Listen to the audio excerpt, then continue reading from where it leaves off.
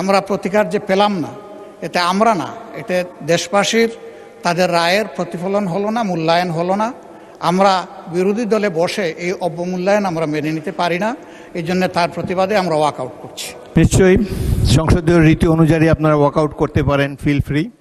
প্রতিকার চেয়েছিলাম, এ বিষয়টা কোনো দলের সাথে সম্পর্কিত না। যে বিষয়টা নির্বাচনের আগে সরকারি দল বিরোধী দল সবাই একমত হয়েছিলাম, এর সপক্ষে কথাও বলেছি, ক্যাম্পেইন করেছি।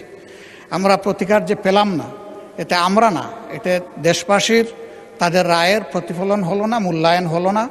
আমরা বিরোধী দলে বসে এই অবমূল্যায়ন আমরা মেনে নিতে পারি না। এই জন্য তার প্রতিবাদে আমরা ওয়াকআউট করছি। মাননীয় বিরোধী দলের নেতা, আপনি আমার বক্তব্য তো সম্পূর্ণ করতে দিলেন না। আমি আপনার পুরো বক্তব্য শুনেছি।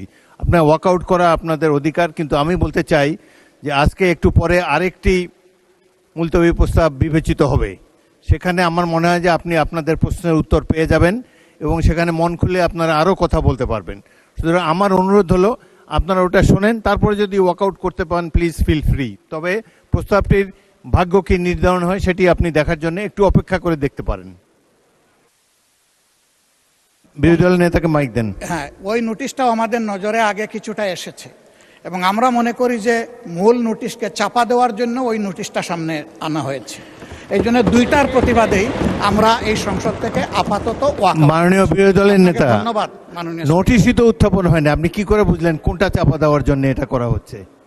আমি অনুরোধ করছি একটু ধৈর্য ধরে অপেক্ষা করেন, নোটিশের বিষয়বস্তু শুনেন, তারপরে আপনারা feel free to walk out. আপনার অ্যাবসেন্সে এই হাউসে এই নোটিশটা পড়া হয়েছে, সংশ্লিষ্ট সদস্য এটা পড়েছেন, আমরা শুনেছি।